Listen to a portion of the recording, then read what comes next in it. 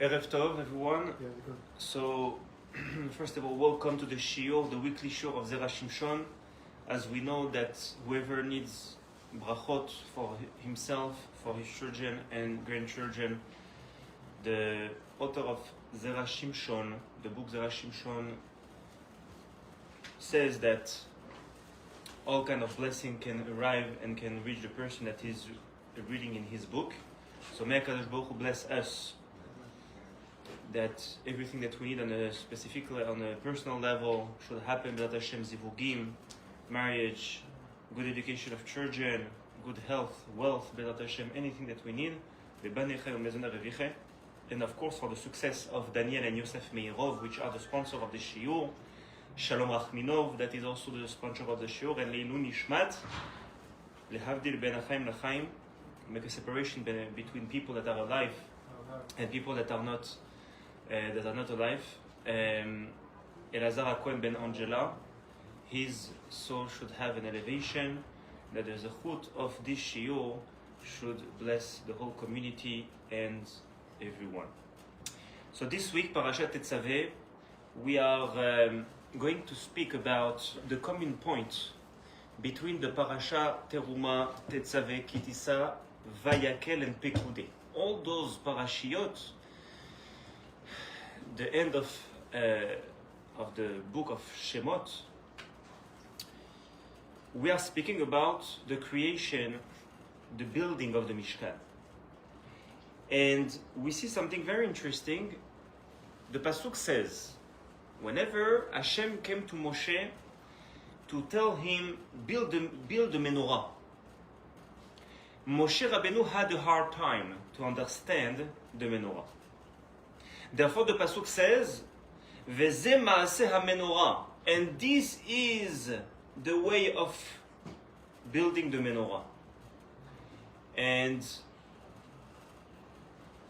the question comes to mind, what was so hard to understand for Moshe? The shape of the menorah.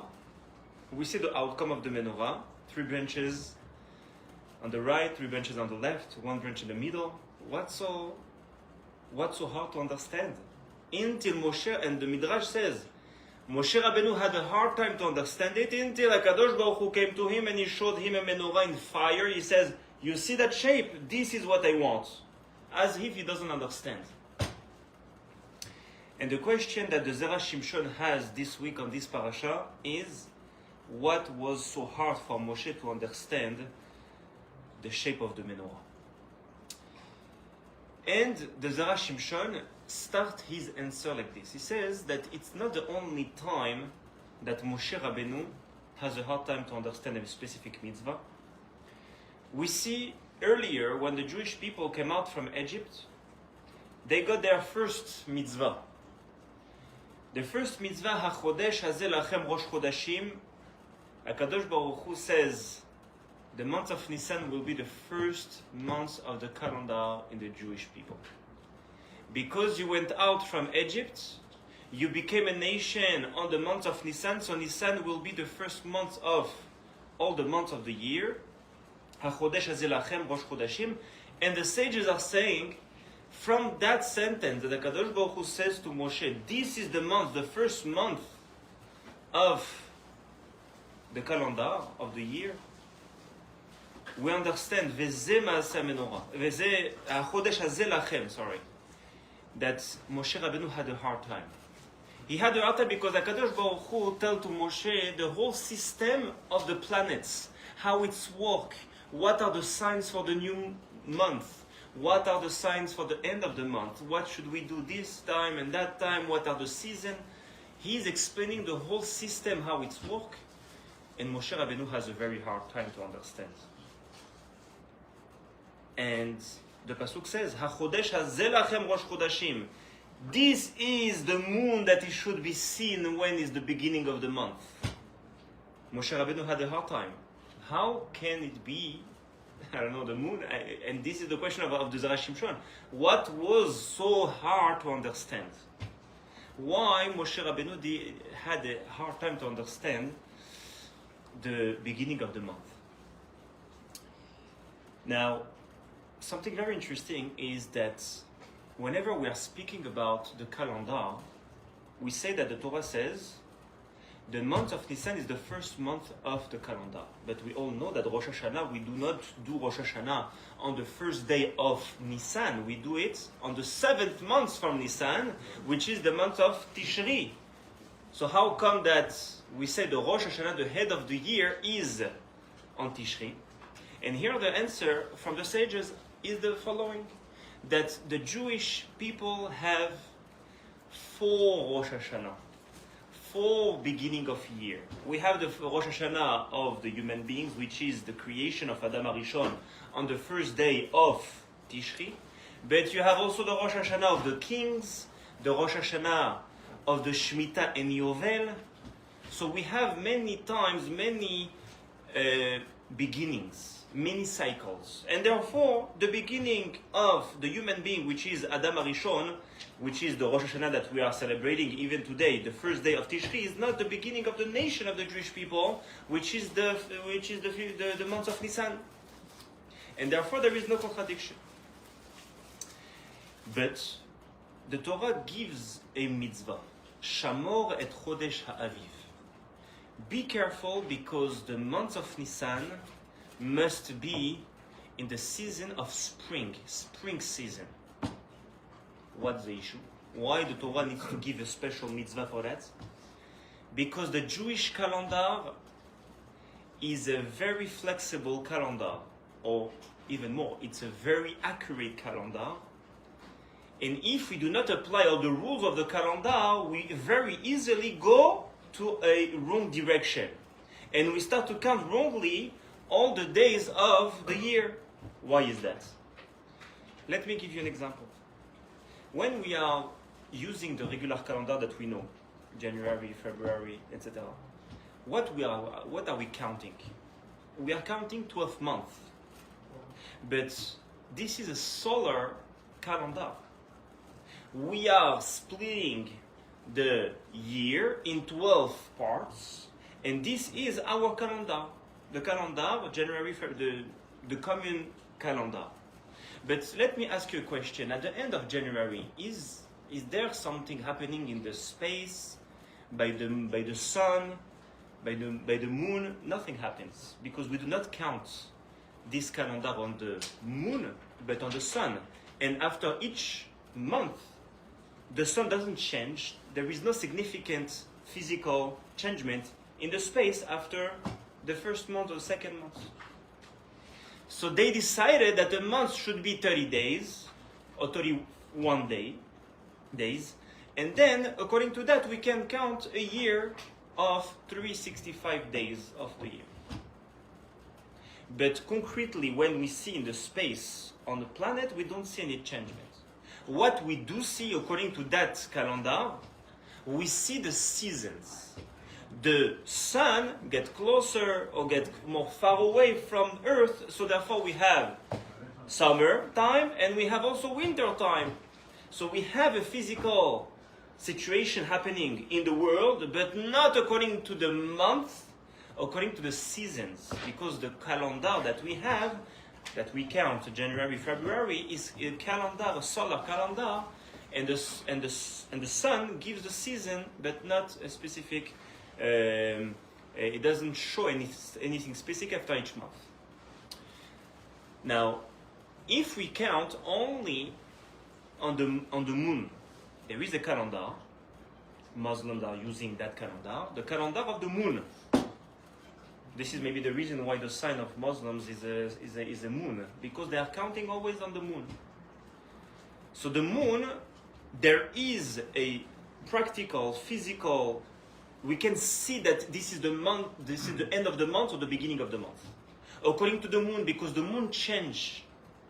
At the beginning of the month, the moon is very little, and then at the 15th of the month, the moon is full, and then at the end of the month is again very little and disappearing, and then when it reappears again, this is the beginning of the month. So it means that according to that calendar, there is the idea of the month, because each month something changes on the planet. The moon changes. So according to the cycle of the moon, This is the cycle of the month. So to recap, the calendar, the sun calendar is showing seasons, and the moon calendar is showing months. So we have the commune calendar counting on the sun, and then you have the Muslim calendar, which is counted on the moon only. And here comes the calendar of the Jewish people. The Torah says, be careful, because I want you to count the moon, of course, because this is the idea of a month. From where comes the idea of a month? From the moon, because the cycle of the moon is a month. So you need to count on the moon. But there is an issue, because the seasons, which is the sun, and the moon have a difference of 11 days apart on a year. It means that when the sun finishes 12 months, which is 365 days, the moon finished 12 times also the year, but after 11 days less. 54 days. So it means that every year that the moon and the sun makes a cycle, you have the moon making the cycle with 11 days before. So after 3 years, what do you have? You have a month apart between the calendar of the sun and the calendar of the moon, because every year the sun goes faster by 11 days. So after 1 year is 11 days, then second year 22, and then third year 33 days. And therefore we can see by the Muslim religion that they are Ramadan, right?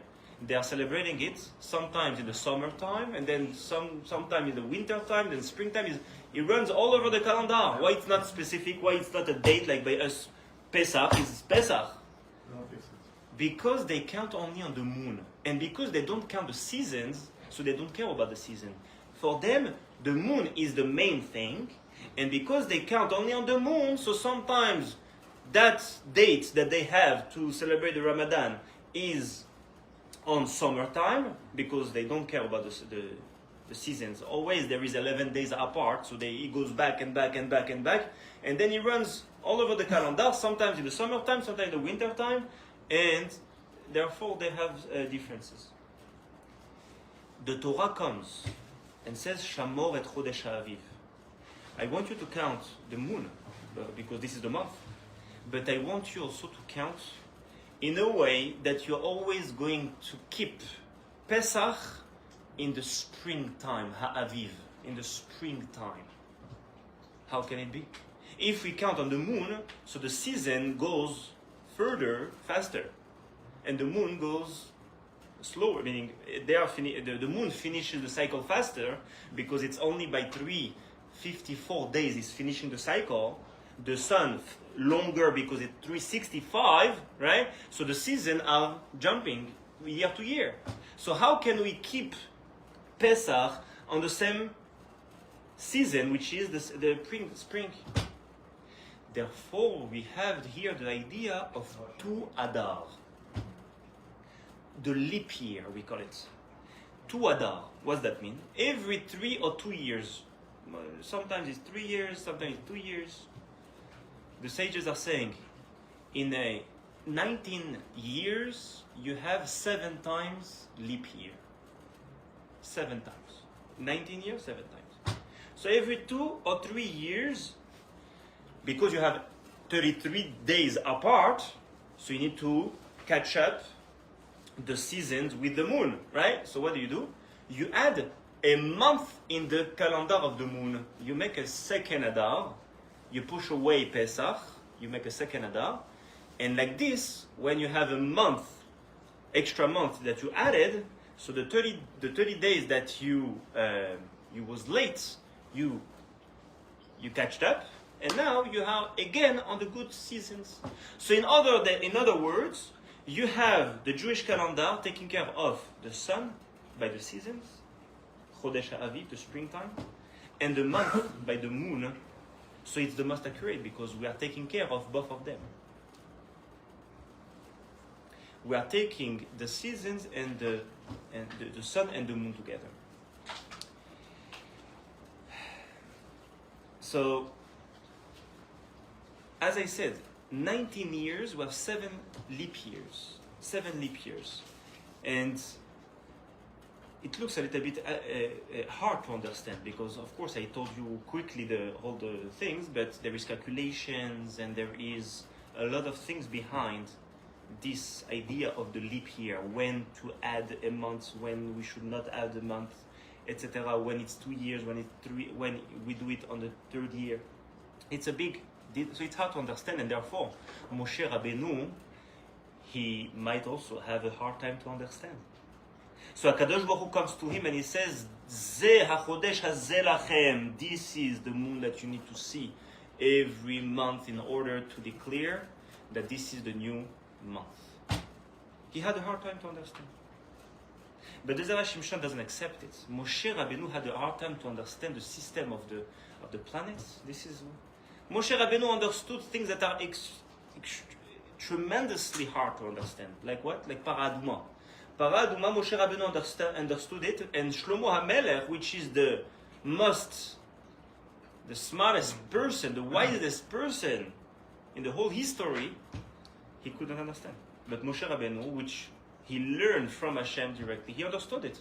So how come that we say that the months he had a hard time to understand? There must be something behind it. So basically, we see that we have 2 ideas. We have Ze, meaning HaKadosh Baruch Hu showing Moshe Rabbeinu the shape of the menorah, because he had a hard time to understand it. And then you have the topic of the month, Kiddush HaChodesh. Moshe Rabbeinu had a hard time, and Hashem is coming to him and he says, this is the moon. He had a hard time as well. And the question of Zera Shimshon is, it cannot be that it was so hard to understand. There is something a little bit deeper that didn't make sense for Moshe, and therefore Hashem came to him and he says, no matter what you think, this is what it should happen. Because he had a thought in his mind that didn't let him go smooth with the mitzvah, let's say. So he had the question that he had. He understood. He received from God all the mitzvot as is. He didn't change anything, but he had in his back of his mind maybe something. So HaKadosh Baruch Hu says, if those 2, you have a hard time to follow those mitzvot, no problem. This is what it should be. You don't have to change anything about it because it is what it is. And the Zera Shimshon wants to know what is behind it. What was the idea that Moshe Rabbeinu didn't? I don't want to say accept, because Moshe Rabbeinu was one with HaKadosh Baruch Hu, was connected, so he accepted everything. But he had a hard time with it. What was the idea? So, you know that in order to understand that, the Zera Shimshon is asking a question: why the menorah has 7 branches? You have 3 branches on the right, 3 branches on the left, and 1 in the middle. Why only 7, not 8, not 6? What's number 7? Zera Shimshon is asking that question, and he's answering differently than we usually answer. Or usually we say because there is 7 kinds of neshamot, we want to eliminate them. The Zera Shimshon says the menorah was the lighting of the menorah during the time of Moshe Rabbeinu was a preparation for conquering the land of Israel. Avraham Avinu got the promise from God that he will get the promised land. He was there. He made an alliance with God himself, so he got the land. So Moshe Rabbeinu is preparing himself in order to conquer that land. How is preparing himself for 40 years before entering the land of Israel? He's lighting the menorah. What's the connection with the 7 branches? Because in Eretz Israel it was 7 nations living there. And each branch was made for one of those 7 nations on a Kabbalistic note. 7 emotions that a human being has, bad emotions.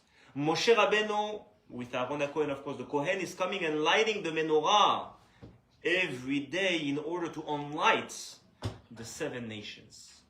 And when Yeshua afterwards, long time after, He's founding himself with the Jewish people in front of Yericho, the first city to conquer in Eretz Israel. And it says that Yericho had a wall, a cube. Usually a wall is thin but tall. So when you push it or you can break it easily because it's thin. But if imagine the wall is a cube, full cube, you cannot push it, you cannot destroy it, you cannot do anything. This is Yericho. 7 walls like this. How can you get there? It was a miracle, Yoshua, in the book of Yoshua, it says, it was a big miracle. And by the end, those walls got swallowed by earth, by the ground. How that miracle happened? You know how? Because of the lighting of the menorah. Because the lighting of the menorah, they enlightened those nations that were behind Yericho. So because we enlightened them, so automatically this big miracle happened. And now we understand why the menorah has 7 branches. You know why? Because of the 7 nations of Israel, in Eretz Canaan, before the Jewish people came to conquer the land. Now,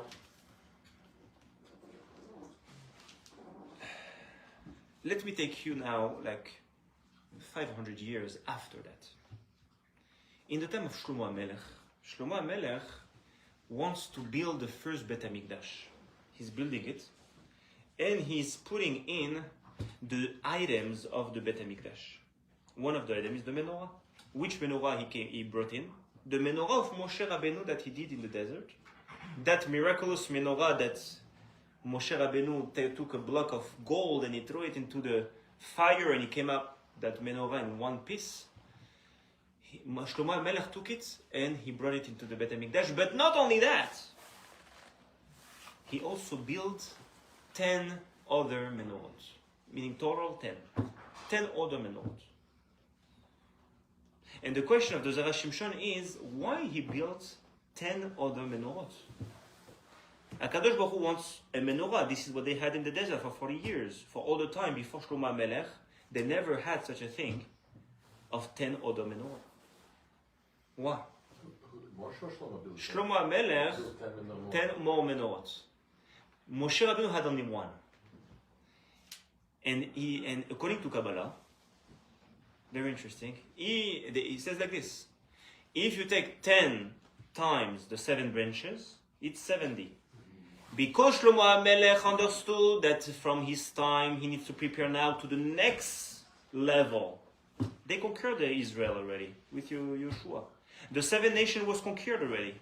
Now, what I mean by conquered? They understood the revelation of God in the world. They understood the connection of the Jewish people with God. So they automatically let the Jewish people come in. This is what means conquering.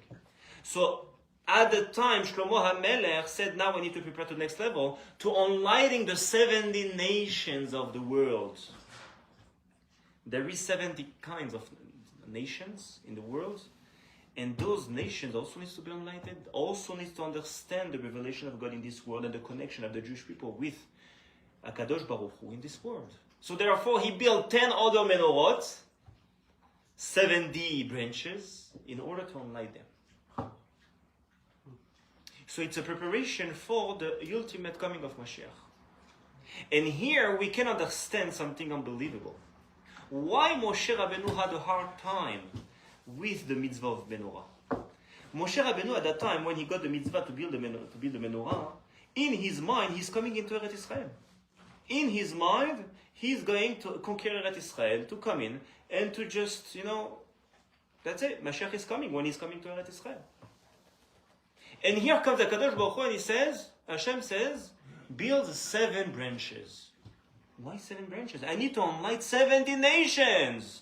I'm going to get into Eretz Israel and I will enlighten the 70 nations. Why 7 branches? As if I need to enlighten only the 7 nations of Eretz Canaan.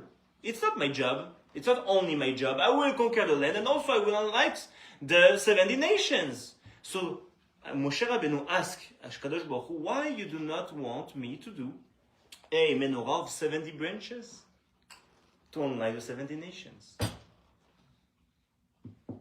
This was the issue of Moshe Rabbeinu. Moshe Rabbeinu didn't know that he will not get into Eretz Israel. He didn't know that he will pass away in the desert with his generation.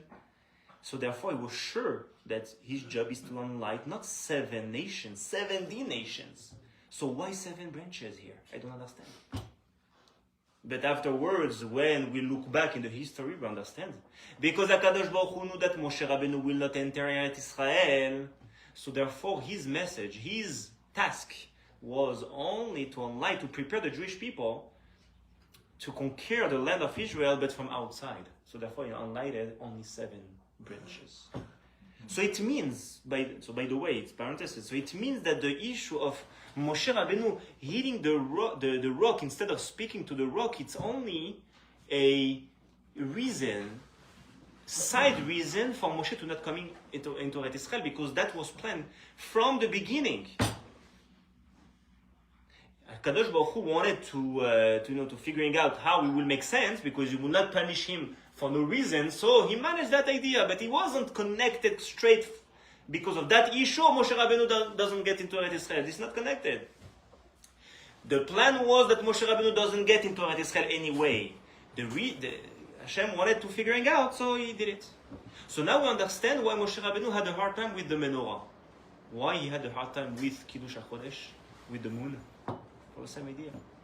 Because as we said, at the beginning of the month, the moon is very little. Then it grows until the 15th of the month.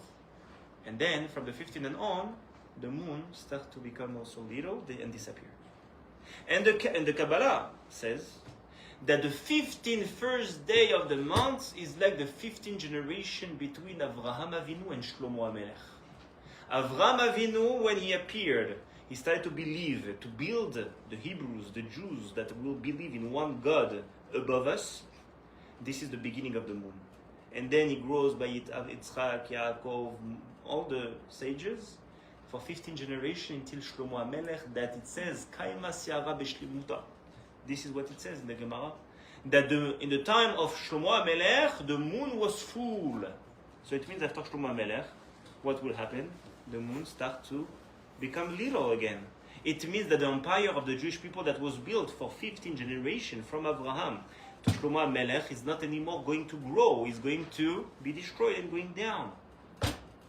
And this was the hard time. It was something that was making a hard time to Moshe. Moshe Rabbeinu, that he's the leader of the Jewish people, and in his mind, when he got the mitzvah, he thought that he's going to Eretz Israel. I'm going to Eretz Israel, he says. When I go to Eretz Israel, I will conquer the land, and I will bring the Bet HaMikdash that will stay forever. This was his vision. And Mashiach is coming. There is no afterwards being destroyed. There is no such a thing. If Moshe Rabbeinu would come in, that's it. Mashiach is coming. So he has a hard time because Hashem comes to him, to Moshe, and he says, I need you to count the months. So Moshe is asking how the moon needs to look like. So Hashem is telling him, at the beginning is small, at the middle is full, and then it's becoming a little bit small. So Moshe Rabbeinu says, 1 second, are you meaning by that the Jewish people will grow and then will be destroyed? Doesn't make sense, because I am the leader that's coming into Eretz Israel. There is no destruction after me. I am the leader, and I will finish the whole story by that. That's it. I will stay full. What you mean by saying that we need to count the months after he disappears, after destruction? It cannot make sense. Hashem comes to him and he shows him a moon and he says, this is what should happen. No matter what you think, this is a month. But now it makes sense. Why Moshe Rabbeinu had a hard time with the moon, and what Moshe Rabbeinu had a hard time with the menorah. Of course, we can speak more about this, but this is the keys that I'm giving you, according to the Zera Shimshon, explaining why Moshe Rabbeinu had a hard time, because we have also the mitzvah that Moshe Rabbeinu had a hard time to understand, and according to that, we can also understand the other mitzvot that are also connected with the idea of Moshe Rabbeinu thinking coming into Eretz Israel, but by the end he didn't come in, and because of that, he had a hard time at the beginning. Yes. So, what happened once the Geulah comes? Yes.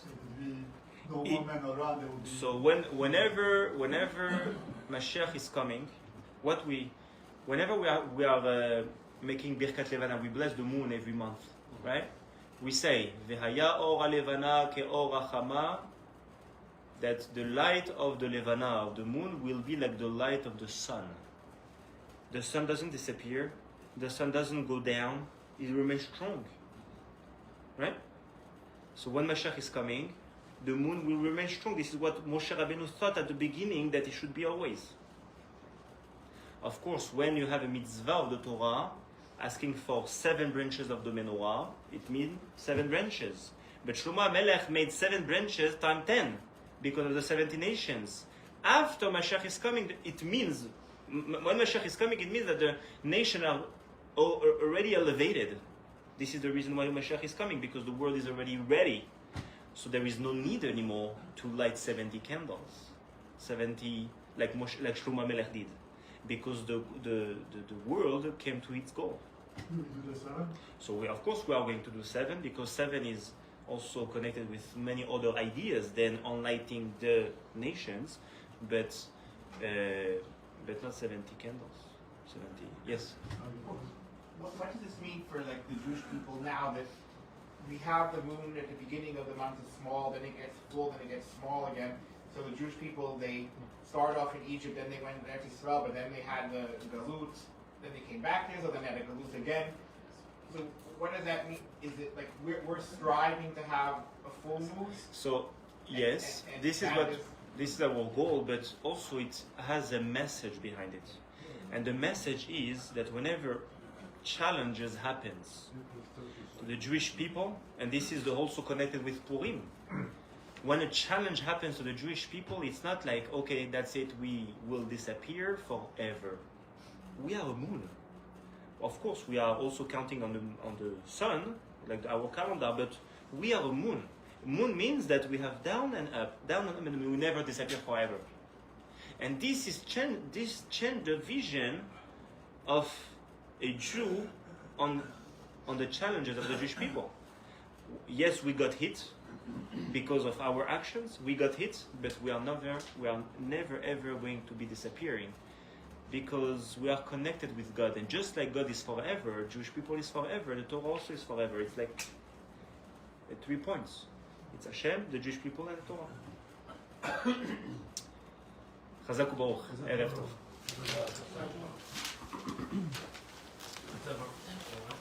Wait, do we have 10 people?